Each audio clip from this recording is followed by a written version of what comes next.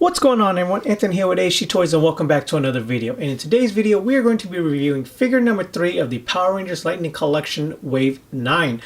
This one is of the Mighty Morphin Tenga Warriors from Season 3. It is the foot soldiers in the same vein as the Putty Patrollers and the Z Putty Patrollers, but this one is from Season 3. And honestly, just picking up this box in stores, it is so hefty. I almost felt like there was something extra inside, but it is just the figure itself. As you can see here, it is your standard Power Rangers Lightning Collection box. You have some awesome box artwork on the side, the open window with the figure and all the accessories, Power Rangers Lightning Collection Mighty Morphin Tenga Warrior. That box art wraps around the side with the Mighty Morphin logo at the top right there. You have some 3D rendering promotional art right here on the back. More of the box art right here on the other side. As you could tell, the box art is a lot smaller on this one for some reason. If you place it next to your other ones, it does sit lower than all the other ones. So if you're an inbox collector, do take note of that. So yeah, purple at the top to match the figure, legalese at the bottom. But enough of that, let's go ahead and crack this guy open and see how he is. If you guys have been a long time viewer of this channel, you know I don't really show this part of the unboxing. I just really pull them out and show the figure out as is. But I just wanted to take a quick moment to just show you guys the sheer amount of accessories this guy comes with, that they actually had to wrap some more of his wings right here on the back of the card art. I don't know what you would call that, but is the backing of the box itself. So you have all of his accessories right here in the tray. And you know, Hasbro is on this whole lower the plastic kit going on, so I guess they didn't want to include an extra tray just for these, so they decided to zip tie them to the back. But the amount of accessories that this guy comes with is just mind-blowing for a $20 price point. They could have easily charged $25 or even $30 for this figure for the amount of accessories that it comes with. 30 probably would have been a stretch, but I could definitely see them trying to charge 25, and just for the plain and simple fact that they included all of these accessories for $20, thumbs up, Hasbro. Great job on that. Okay, so finally here we have the Tenga Warrior out of packaging, and this is an amazing figure, guys. He has a good amount of weight to him. Not as much weight as like a deluxe monster figure, but very close. Definitely a lot heavier than your standard Power Ranger figure itself. Even, honestly, much heftier than Goldar, surprisingly. And all that's still at a $20 price point. So with the $20 price point being mentioned, let's go ahead and take a look at why it's so surprising why this guy is only $20. And that is all his accessories. He comes with a plethora of accessories, as you saw from the the scene right before this. So obviously, first off, you have the 2 fisted hands that come on him out of packaging. Then you have his 2 I guess kind of like claw, kind of half open slicey hands going on here, which is also done in the same gray color plastic as his feet and his beak area. Then he also comes with a set of wings, 2 sets. So you have right here a closed retracted set, which is awesome. Then you also have a set of winged open span, I guess, whatever you would call it, for his flight mode. And these, all you have to do, they are labeled left and right, but even if you weren't able to see those, they only port in a certain way, so you can't really mismatch them. Just to go, you see how easy that went in? Go ahead and try to put this one in. It won't even port in that way, or if you got upside down, it wouldn't port in that way either, so you really can't mess this up. They only go in a certain way, so you'll know exactly which one goes where. And honestly, unlike the Hasbro figures, Marvel Legend Hasbro figures with like the Falcon and the Vulture, these port in very securely. They stay in very nicely. Only time will tell how hard you would have to mess with it for them to come out, but if I were to do this with my Falcon figure or my Vulture figure, these wings would have came out already. So yeah, that is how he looks with the extended wings. So if you get a look like that and expanded, so yeah, pretty cool. And let's go ahead and just show you one side of the closed one. Oh, see, there you go. Can't really poured it in.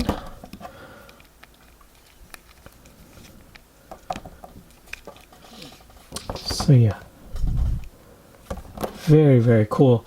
Very awesome that they include both sets of wings. Even better since this guy's probably going to be an army builder, so you don't have to have them all looking the exact same. There could be slight variations between them. Even though there were technically only 6 in total on the show, you don't have to worry too much about them all looking exactly alike, unless that's what you want. It's all up to you on how you display your figures. I think a little bit of variations would be awesome, even if you just wanted 2, one for closed and one for open.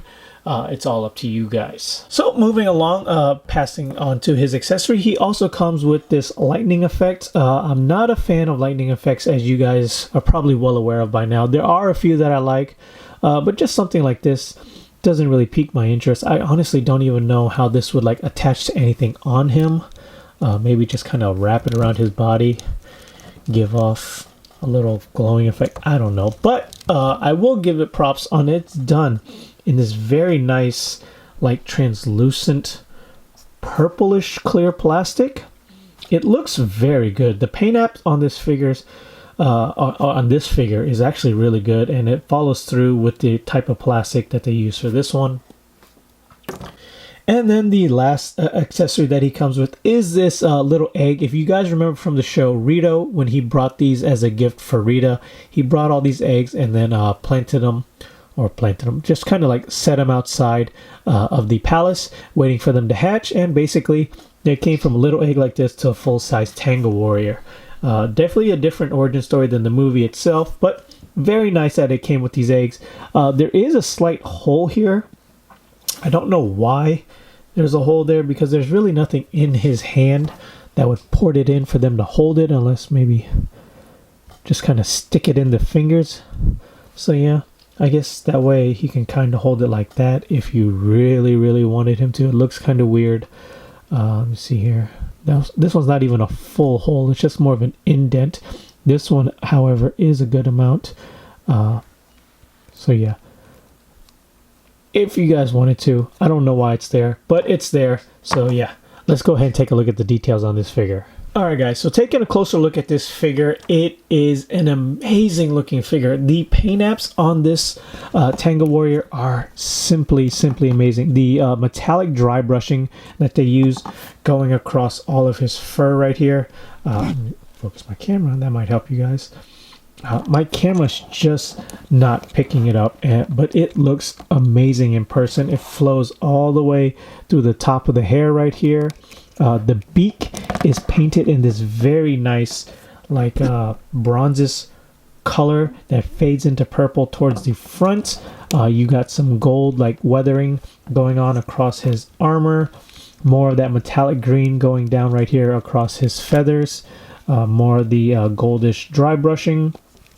Yeah, the paint apps on this figure and the molding, the sculpting rather, is just so amazingly done. It still boggles my mind how they were able to like just, you know what, let's just put this in the regular line. Honestly, if they would have sold this at like maybe not a $30 deluxe line, probably more along the lines of like a $25 figure, I probably still would have bought it.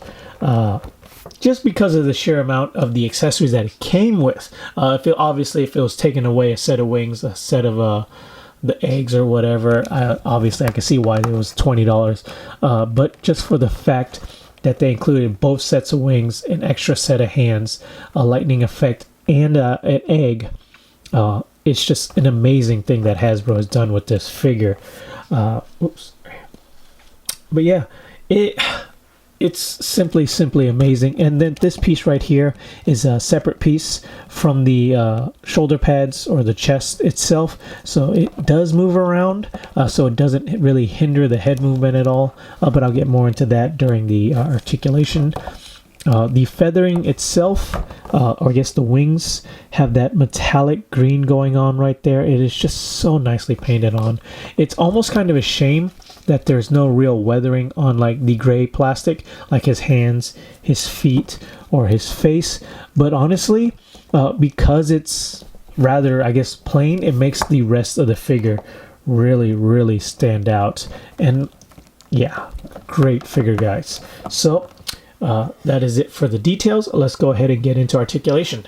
All right, so as far as articulation go, as I mentioned earlier, this little neck piece is separate, so it doesn't hinder the head that much. It would go full 360.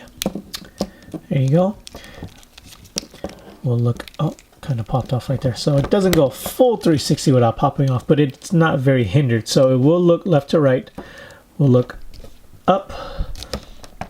Not that far, which is kind of a bummer for it being a flying villain. Doesn't look down that much. Does get a good amount of side to side.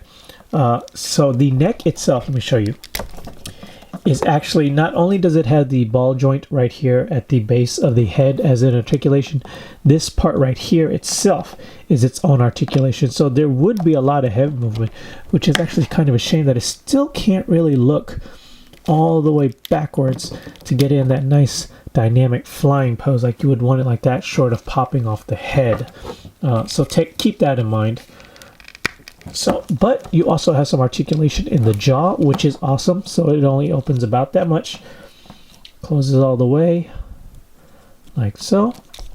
You have ball jointed shoulders. Will go out about that far, is hindered a little bit by the shoulder pads, not too much. It still does a full T.